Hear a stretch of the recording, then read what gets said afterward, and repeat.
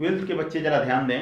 Twelfth वाले जो भी बच्चे हैं इनको मैंने आप लोगों को समझाया था बेटा कि डेनियल सेल, देखिए हम लोग का चैप्टर जो चल रहा है इलेक्ट्रोकेमिस्ट्री, जिसको कि विद्युत रसायन के नाम से जाना जाता है, इसका ब्रीफ थोड़ा सा दे देता हूं मैंने आपको इसमें बता रखा है कि जहां पर भी इलेक्ट्रिकल एनर्जी अगर केमिकल एनर्जी में कन्वर्ट होती है तो उसे कहा जाता है इलेक्ट्रोलिटिक सेल, जिसको हम लोग विद्युत अपघटनी सेल के नाम से जानते हैं। और ये भी मैंने बताया था कि we can convert the electrical energy into the chemical energy, that is called the electrolytic cell. और आपको अच्छी तरह पता है कि नाम ही इसका है इलेक्ट्रोकेमिस्ट्री, इसका मतलब कि जहां पर इलेक्ट्रिकल एनर्जी और केमिकल एनर्जी के बीच का जो रिलेशन होता है अगर उसकी स्टडी करते हैं तो उसे ही हम लोग इलेक्ट्रोकेमिस्ट्री के नाम से, विद्युत रसायन के नाम से जानते हैं। दूसरी चीज मैंने बताया था कि इलेक्ट्रोलिटिक सेल के अलावा मैंने आपको समझाया था कि गैल्वेनिक सेल होता है, जहां पर हम लोग केमिकल एनर्जी को कन्वर्ट करते हैं इलेक्ट्रिकल एनर्जी के अंदर। यानी जब रासायनिक ऊर्जा विद्युत ऊर्जा में परिवर्तित हो जाती है, जब रासायनिक ऊर्जा विद्युत ऊर्जा में परिवर्तित हो जाती है तो उसे गैल्वेनिक सेल कहा जाता है। और गैल्वेनिक सेल का सबसे अच्छा एग्जांपल आपके सामने मैंने दिया था डेनियल सेल का।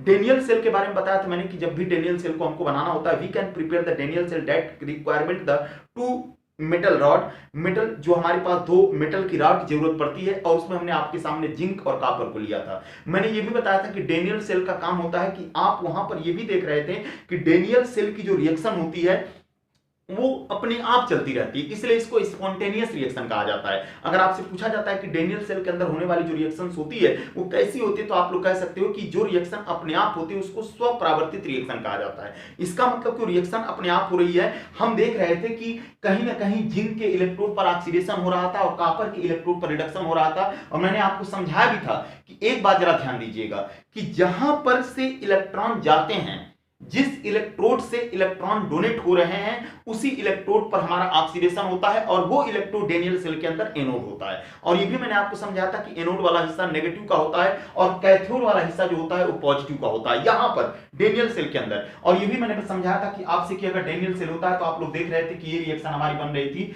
जिंक चेंज इनटू Zn+2 और +2e। इसका मतलब कि जिंक की रिएक्टिविटी, जिंक की सक्रियता ज्यादा है तो इलेक्ट्रॉन को डोनेट करेगा, और ये काम कहां होता है, एनोड पर। और ये भी मैंने बताया था कि किसकी प्रोसेस होती है, ऑक्सीडेशन की। ऑक्सीडेशन का मतलब हिंदी मीडियम याद रखिएगा ऑक्सीकरण कहा जाता है। और मैंने कहा था कि जिंक जो होता है सॉलिड में होता है और Zn+2 एक्वस में चला जाएगा। किसमें चला जाएगा, आपका एक्वस में। यानी जिंक इलेक्ट्रॉन को डोनेट करता है तो उस इलेक्ट्रॉन को कौन गेन करता है, Cu+2, और ये बेटा दो इलेक्ट्रॉन को गेन करके किसमें कन्वर्ट हो जाता है, कॉपर में। तो एक बात जरा ध्यान दीजिएगा कि यहां से हमारा तैयार होता है रिडक्शन। तो हम ये कह सकते हैं कि एक जगह ऑक्सीडेशन हो रहा है और एक जगह रिडक्शन हो रहा है। ये डेनियल सेल की कहानी होती है। और मैंने आपसे कहा था कि बीच में हमारा सॉल्ट ब्रिज होता है जिसको हम लोग केसीएल बोलते हैं। केसीएल से भरी यू आकार की नली जो होती है उसको सॉल्ट ब्रिज कहा जाता है। और सॉल्ट ब्रिज का वर्क क्या होता है, सॉल्ट ब्रिज का वर्क होता है कि सर्किट को कंप्लीट करना, परपथ को पूरा करना, और दूसरा काम होता है उदासीनता को बनाए रखना, यानी न्यूट्रलाइजेशन को मेकअप किए रहता है केसीएल। और मैंने आपसे कहा था कि अगर आपको डिनोट करना होगा तो ये आपका सॉल्ट ब्रिज हो गया। और आप लोग देख रहे थे कि Zn क्या करता है, Zn+2 देता है और +2e इधर की तरफ, यानी ये काम कहां होता है, एनोड की तरफ। ये काम कहां होता है आपका, एनोड की तरफ। और मैंने आपसे कहा था जब राइट साइड में जाओगे तो कैथोड पर क्या होगा, Cu+2 जो होगा वो दो इलेक्ट्रॉन को गेन करके किसमें कन्वर्ट हो जाएगा, कॉपर में। यानी मेरे कहने का मतलब यह है कि हमने देखा था कि डेनियल सेल को बनाने के लिए हमने एक जिंक की रॉड इस्तेमाल की थी और कॉपर की रॉड इस्तेमाल की थी। जिंक से इलेक्ट्रॉन जाते हैं, और ये भी मैंने बताया था कि कुछ कंडीशन ऐसी आ जाएगी जहां पर जिंक की रॉड छोटी होने लगेगी और कॉपर पर इलेक्ट्रॉन इतना जमा हो जाएंगे कि कॉपर की रॉड मोटी हो जाएगी, तो वहां पर करंट रुक जाएगी और वहीं पर फिर रोल आ जाएगा आपका केसीएल का। केसीएल को कहा जाता है सॉल्ट ब्रिज, और ये उस प्रकार से न्यूट्रलाइजेशन को बनाए रखेगा। तो डेनियल सेल आपने समझा था। एक बात और ध्यान रखिएगा, मैंने आपको समझाया था कि जिस इलेक्ट्रोड पर ऑक्सीडेशन होता है, ध्यान से सुनिएगा, जिस इलेक्ट्रोड पर ऑक्सीडेशन होता है उसे ऑक्सीडेशन पोटेंशियल कहा जाता है। यानी हम लोग बेटा बोल सकते हैं कि जहां पर आप लोग देख रहे थे कि जिंक वाले सेल पर ऑक्सीडेशन होता है तो इसको ऑक्सीकरण विभव यानी ऑक्सीडेशन पोटेंशियल बोला जाता है, और कॉपर वाले इलेक्ट्रोड पर रिडक्शन होता है इसलिए इसको क्या बोला जाता है, रिडक्शन पोटेंशियल बोला जाता है। ये पॉइंट याद रखिएगा। और रिडक्शन पोटेंशियल का मतलब ये होता है कि इसको हम लोग अपचयन विभव कह सकते हैं। तो मेरे कहने का मतलब ये होता है कि एक क्वेश्चन और आता है कि सेल विभव किसे कहा जाता है, यानी सेल विभव का मतलब होता है बेटा ई सेल। ई सेल किसे कहा जाएगा, जरा ध्यान दीजिएगा, CELL ये दोनों लोगों के लिए होगा कि ई सेल किसे कहा जाएगा। तो एक बात जरा ध्यान दीजिएगा कि जो भी आपके पास दोनों सेल हैं, यानी हम ये कह सकते हैं कि सेल पोटेंशियल क्या होता है, what is the cell potential. देखिए डिफरेंस बिटवीन द, हम ये कह सकते हैं कि ऑक्सीकरण विभव तथा अपचयन विभव, का जो भी डिफरेंस आता है, जो भी अंतर आता है, उसे ही सेल विभव कहा जाता है। यानी आप ये कह सकते हो कि difference between the reduction potential and the oxidation potential that is called the E cell. E cell बराबर होता है बेटा, ई सेल बराबर याद रखिएगा, सब लोग नोट कर सकते हैं इसको, ई सेल बराबर होता है ई रेड माइनस ई ऑक्स। ये हो जाएगा आपका ई सेल बराबर हो जाएगा, यानी ई सेल का मतलब होता है सेल विभव। तो अगर आपसे पूछा जाता है कि सेल विभव क्या होता है तो बता देना कि ऑक्सीकरण विभव तथा अपचयन विभव के अंतर को ही सेल विभव कहा जाता है। यानी हम क्या कह सकते हैं, difference of the oxidation potential and reduction potential that is called the E cell, यानी सेल पोटेंशियल। सेल पोटेंशियल को बेटा ई सेल से लिखा जाता है, यहां पर लिखा भी है मैंने। आप लोगों को पता है कि रिडक्शन वाला पोटेंशियल पॉजिटिव पोजीशन में होता है, क्योंकि आपको अच्छी तरह पता है कैथोड पर होता है रिडक्शन, कैथोड पर क्या होता है रिडक्शन, यानी अपचयन होता है, और कैथोड वाला हिस्सा किसमें होता है प्लस में, यानी वो चीज क्या होगी ज्यादा होगी। इसीलिए यहां पर लिखा गया है कि ई सेल बराबर ई रेड माइनस ई ऑक्स। ई रेड का मतलब हो गया रिडक्शन पोटेंशियल और ई ऑक्स का मतलब हो गया ऑक्सीडेशन पोटेंशियल। तो ये बताइए, आपको अच्छी तरह पता है कि ई सेल बराबर हम ये भी तो लिख सकते हैं, ई सेल बराबर ई रेड की जगह क्या लिख सकते हो, रेड पर रिडक्शन कहां होता है कैथोड पर, तो यहां पर क्या लिख सकते हो E cathode minus E cathode minus E anode, ये लिख सकते हैं आप। अगला फार्मूला आपका ये बन जाएगा।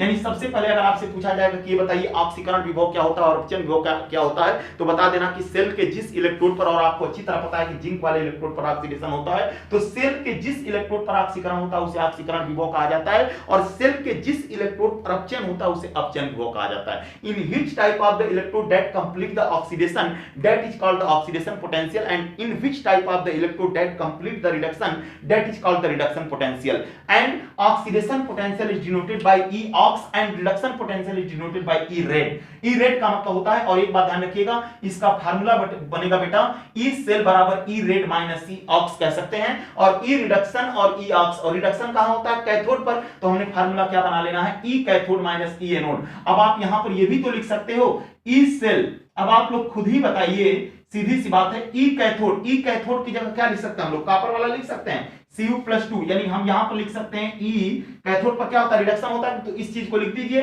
ई Cu+2 और चेंज इनटू, क्योंकि दो इलेक्ट्रॉन ये क्या करता है लेता है, तो Cu+2 चेंज इनटू Cu, और माइनस आप यहां पर लिख सकते हो ई, अब एनोड पर क्या होता है जिंक वाला होता है, तो Zn चेंज इनटू Zn+2 और +2e, ये कहानी आपकी बन जाएगी पूरी। इसलिए मैंने समझा दिया आपसे कि एक बात जरा ध्यान दीजिएगा, कभी भी अगर आपसे पूछा जाता है कि ये बताइए ऑक्सीकरण विभव क्या होता है, अपचयन विभव क्या होता है, तो डेनियल सेल आप अच्छी तरह समझ चुके हो। जिस इलेक्ट्रोड पर बेटा ऑक्सीडेशन होगा उसे ऑक्सीडेशन पोटेंशियल कहा जाएगा, जिस इलेक्ट्रोड पर रिडक्शन होगा उसे रिडक्शन पोटेंशियल कहा जाएगा। इसको अपचयन विभव बोलते हैं, उसको ऑक्सीकरण विभव बोलते हैं, और दोनों के डिफरेंस को ई सेल कहा जाता है, यानी सेल विभव के नाम से जाना जाता है। ई सेल बराबर होता है ई रेड माइनस ई ऑक्स, और ई रेड की जगह हम लोग क्या लिख सकते हैं ई कैथोड माइनस ई एनोड, और कैथोड पर आपको अच्छी तरह पता है कि कॉपर इलेक्ट्रॉन गेन करता है, इसलिए लिख दिया मैंने E Cu+2+2 is equal to Cu, और यहां पर लिख दिया मैंने ई Zn+2 और +2e। इसका मतलब कि एक तरीके से आपका सेल पोटेंशियल पता चल गया इस डेनियल सेल के माध्यम से। अब जरा ध्यान दीजिएगा कि इसमें आपका आता है कि ये तो डेनियल सेल के बारे में आ गया, ये फार्मूला जरूर याद रखना कि सेल पोटेंशियल किसे कहते हैं, ऑक्सीकरण विभव और अपचयन विभव, या अपचयन विभव और ऑक्सीकरण विभव के अंतर को ये ही सेल विभव कहा जाता है, डिफरेंस को ही सेल पोटेंशियल कहा जाता है, और ई सेल बराबर होता है, इसको ई सेल से डिनोट करते हैं। एक बात और सुन लीजिए, अगर आपने कोई मानक मान लिया है, मानक का मतलब कि जैसे हम एक स्टैंडर्ड मानक मान लेते हैं कि मानो इसके लिए टेंपरेचर हमने 298 केल्विन रख दिया है, तो अगर हमने स्टैंडर्ड मान लिया है और 1 मोल प्रति सॉल्यूशन ले रहे हैं, हम 1 मोल प्रति लीटर में उस इलेक्ट्रोड को डाल रहे हैं, यानी हम कोई अगर मानक मान लेंगे तो यहां पर याद रखिएगा जो फार्मूला बनेगा उसको स्टैंडर्ड बोला जाएगा, स्टैंडर्ड सेल पोटेंशियल बोला जाएगा बेटा, और उसका फार्मूला हो जाएगा ई नॉट सेल, नॉट का मतलब होता है स्टैंडर्ड, ई नॉट सेल बराबर E nought red minus E nought ox, ये फार्मूला आपका तैयार हो जाएगा। अगर कोई मानक मान लेंगे आप लोग, अगर कोई मानक मान के चलोगे आप लोग, तो ये फार्मूला बनेगा आपका ई नॉट सेल बराबर E nought red minus E ox. तो ये पॉइंट याद रखिएगा। इस सेल पोटेंशियल के बारे में हो गया कि डेनियल सेल के अंदर ये भी आता है कि सेल पोटेंशियल क्या होता है, पूछा जाता है तो उसको बताएंगे। फिर आपको इलेक्ट्रोकेमिकल सीरीज बताई जाएगी, फिर फैराडे के लॉ बताए जाएंगे। तो इसमें कुछ चीजें और बची हुई हैं, लेकिन इन चीजों का जरूर याद रखिएगा कि अगर आपसे पूछा जाता है कि ऑक्सीडेशन कहां होता है तो जिंक वाले इलेक्ट्रोड पर डेनियल सेल के अंदर। डेनियल सेल के अंदर इलेक्ट्रिकल एनर्जी नहीं केमिकल एनर्जी बदलती है, बल्कि केमिकल एनर्जी कहां बदलती है, इलेक्ट्रिकल, क्योंकि आप रासायनिक ऊर्जा देते हो, केमिकल चेंजेज होते हैं, करंट बहती है। करंट आपको अच्छी तरह पता है रुक भी सकती है, कब रुकेगी ये आपको मैंने बताया था। इन दोनों इक्वेशन को जोड़ सकते हैं। और एक बात और ध्यान रखिएगा बेटा, जब किसी रिएक्शन के अंदर इलेक्ट्रॉन पार्टिसिपेट करते हैं, भाग लेते हैं, तो उसको अर्ध अभिक्रिया कहा जाता है, हाफ रिएक्शन कहा जाता है। ये हाफ रिएक्शन है। अगर आप इनको जोड़ लीजिए, जैसे मैंने आपसे कहा कि Zn जो है ये Zn प्लस 2e और प्लस 2e में चेंज हो रहा है। नीचे क्या ले लिया मैंने, Cu प्लस 2 ले लिया और प्लस 2e ले लिया, और इसको मैंने कह दिया कि Cu